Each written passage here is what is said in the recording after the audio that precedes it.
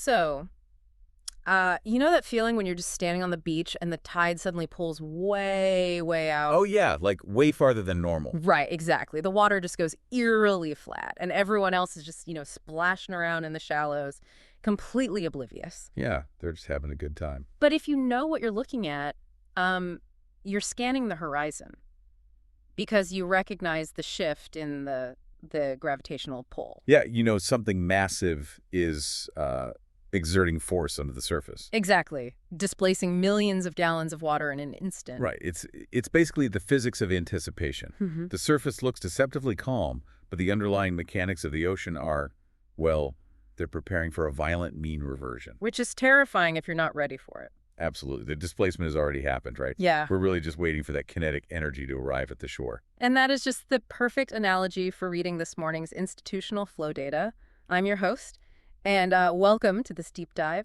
Today is Tuesday, August 25, 2026. Glad to be here, as always, diving into the pre-market briefs. Yeah, and the mission for this deep dive is to decode this institutional tape so you know exactly how the quote-unquote smart money is positioned before the opening bell rings. Because on the surface, the index numbers look a little, a little sleepy, a little disconnected. Yeah, they really do. But our sources are showing that institutional money is actively pulling back, shifting risk parameters, and essentially preparing for a massive wave. It's actually a rare, hyper-transparent look at defensive positioning. Right. Usually the market masks these structural shifts with a lot of morning noise, Sure. But the data we have today paints this remarkably clear picture of capital flight, from risk straight into stability. Okay, so let's unpack this because the overnight futures market is it's outlining a very specific fracture. We came off a pretty lackluster Monday, right? And now we're waking up to this highly bifurcated open. So looking at the board, S&P 500 futures are trading down 0.25%, sitting at 7,672. And for context, the cash index is at 7,653.82, which puts us roughly 2% off the all-time high of 7,812.6 that we hit, back in mid-August. Which, that is a precarious altitude. We're breathing the rare air of historic highs here. Yeah. Yet the momentum oscillators are just incredibly fragile right now. Fragile is exactly the word. Because when you look under the hood, the major indices are entirely decoupling. They're going their own ways. Yeah. The Nasdaq 100 futures are dragging the entire field down 0.7%, sitting at 29,161.50 there. Yet, you look at the Dow future. And they're pushing the exact opposite direction. Right, up 0.26% at 53,493. It looks like a seesaw. Tech is dragging one side down while the Dow is pushing the other up. So what does this actually mean? Well, what's fascinating here is that we're witnessing a textbook defensive rotation playing out right in the order books. The market isn't seeing capital exit the U.S. equity ecosystem entirely, right? It's migrating across the playground. Institutional portfolio managers are actively stripping risk out of the high beta tech sector. Right, because of the earnings. Exactly. They're feeling the immense gravitational weight of positioning ahead of Nvidia's earnings tomorrow. Yeah. And so they're systematically moving those chips into the banking and industrial components of the Dow. So they're essentially locking in their tech gains for the quarter and hiding out in the blue chips to weather the impending volatility. Yes. And that is a classic capital preservation mandate. When you're, 2% off an all-time high and a mega cap company with the index weighting of Nvidia is about to report. You don't mess around. Right. Yeah. You do not take wild, unhedged swings. You buy stability. You overweight the Dow to suppress your portfolio's beta.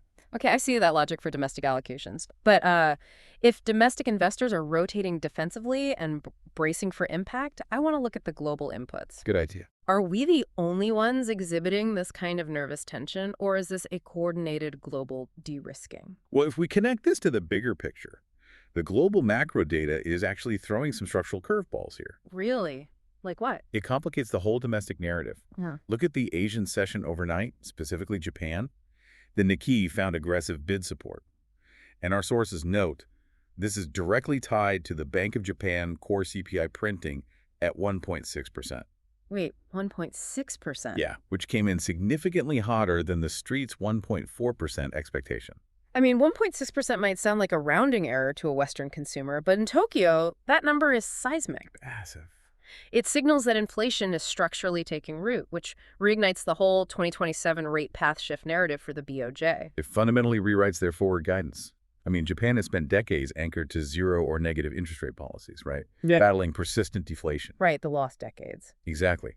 So for their core CPI to accelerate past estimates, it forces the central bank to seriously consider a tightening cycle. And a BOJ tightening cycle is, it's the ultimate wrecking ball for the carry trade. Oh, absolutely. If Japanese institutions are no longer dealing with virtually free domestic money, they start repatriating capital. They bring it all home. They sell U.S. treasuries, they sell global equities, and they bring those yen back to Japan. That subtle tightening of global dollar liquidity creates a massive headwind for our markets. That is the exact mechanical threat. Global liquidity is a closed loop. And when the cheapest source of leverage in the world starts to get expensive, the shockwaves hit U.S. tech valuations first. Wow, okay. But then, as we move westward across the globe, the European narrative completely flips the script. How so? The DAX in Germany is trading higher this morning. German final GDP confirmed 0.3% growth, and the IFO Business Climate Index actually beat estimates, coming in at 88.8. Okay, I have to push back on that European data, because the brief explicitly notes that the Eurozone is showing this resilience despite record oil prices and persistent escalating geopolitical tension in the Middle East, with heavy industry in Germany being so incredibly energy intensive.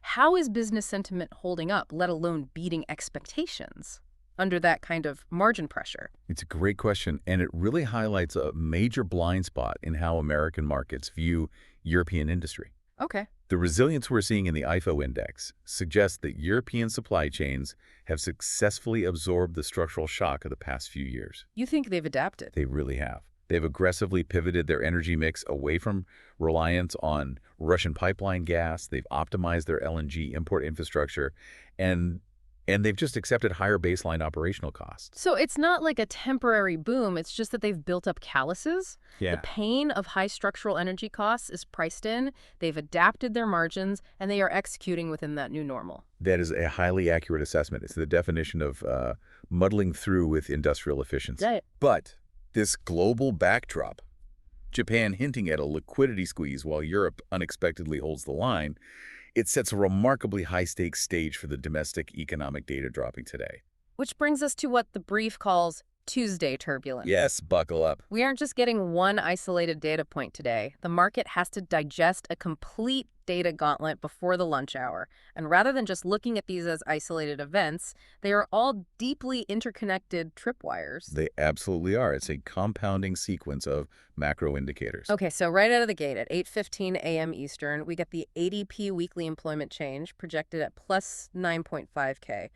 That gives us the soft read on labor market tightness. Right. But the market isn't going to have time to price that in before FOMC member Barkin takes the microphone at 8:30 a.m. And Barkin is the true fulcrum of the morning. Yeah, our sources emphasize that Barkin is going to be pressed hard on the current Fed funds rate, which is sitting in that restrictive 3.50 to 3.75% band. Specifically, he has to address whether the Fed is committed to a higher for longer hold through the entirety of 2026, because whatever he signals there completely dictates how the market interprets the 9.00 a.m. Case-Shiller Home Price Index. Which is expected up 1.8% year over year, by the way. Right, up 1.8%. And it also dictates the main event at 10.0 a.m., the CB Consumer Confidence print, with expectations at 90.3.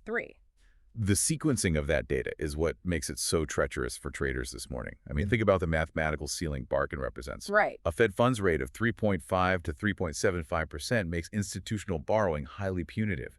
If he signals a commitment to holding those rates elevated through 2026, he is actively capping multiple expansion in the equities market. Because the math just doesn't work. Exactly. You cannot justify expanding price-to-earnings multiples in risk assets when the risk-free rate of return is just siphoning off capital.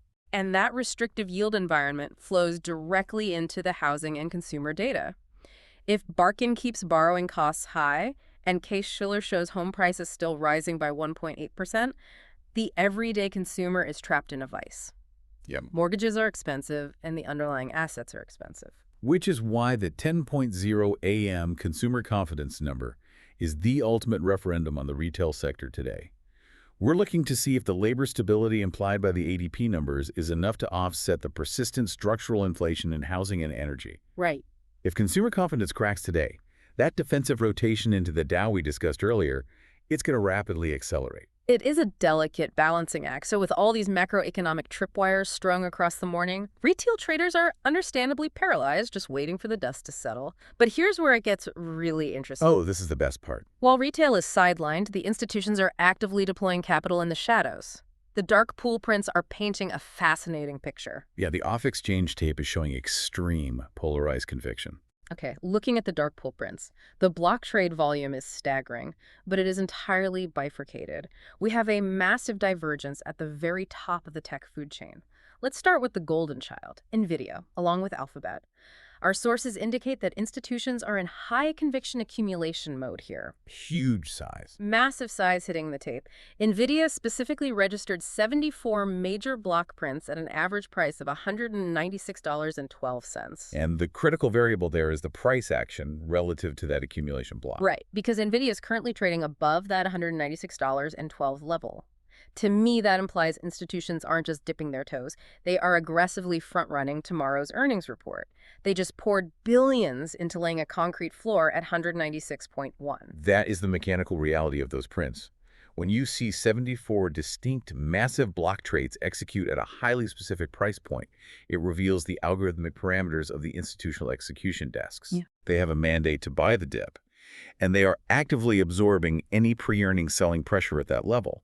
They're effectively acting as a synthetic put option for the market. Wow. Yeah, providing liquidity to sellers because their internal models indicate the underlying value will hold or appreciate post-earnings. They want their allocation secured before the implied volatility of the earnings call rips the options chain apart. Exactly.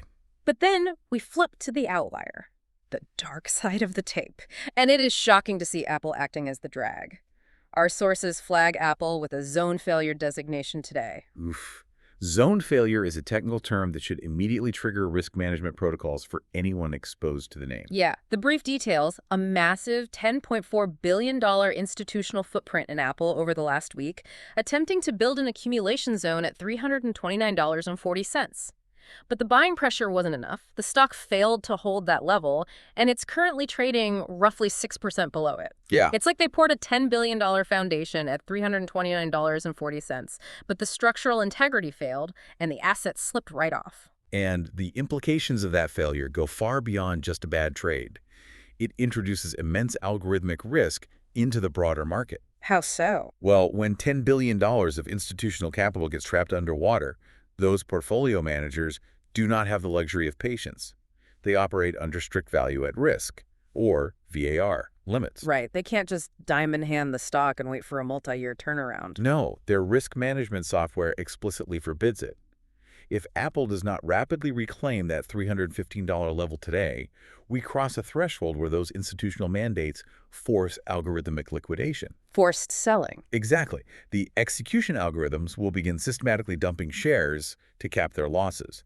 That forced selling eats through the bid stack, driving the price down further, which in turn triggers even more algorithmic stop losses. It is a cascading mechanical failure. So we're staring at a tape where the Nvidia magnet is desperately trying to pull capital upward, while the Apple algorithmic anchor is threatening to drag the entire index down. It's a tug of war. And that tension leads us perfectly into the back half of our brief, the top specific tickers to watch at the opening bell. Because these fault lines are going to dictate the velocity of the session. Yeah, the names highlighted by the source are essentially the pressure release valves for this macroeconomic tension. Okay, let's start with number one, which is obviously Nvidia. With the Q2 report dropping tomorrow, the source literally refers to Nvidia as the sun that the AI solar system orbits. Great analogy. The market cap is testing historic new boundaries, and the brief explicitly warns traders to expect high-velocity front-running today. And when a source like this warns of high-velocity front-running, they're pointing directly at the derivatives market. The options chain on Nvidia right now is incredibly swollen. It's packed. Traders are piling into short-dated calls and puts, trying to capture the earnings premium. And because of that massive options volume, the market makers who sell those contracts have to aggressively buy and sell the underlying stock to remain delta neutral. That gamma hedging is what creates the violent, high-velocity swings we're seeing pre-market. It creates a self-fulfilling cycle of volatility. If you're trading Nvidia today, you are not trading the fundamentals of their chip architecture, you are trading the mechanics of dealer positioning. Right. Which brings us to stock number 2, CrowdStrike, ticker CRWD.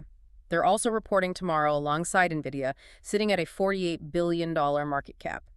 The brief points out that CrowdStrike has a historical one-day post-earnings move of 4.6%. Right. But what is really actionable here is that institutions are using CrowdStrike as a secondary proxy for the entire software security trade today. And that proxy behavior is a very sophisticated institutional maneuver. It's smart. Very.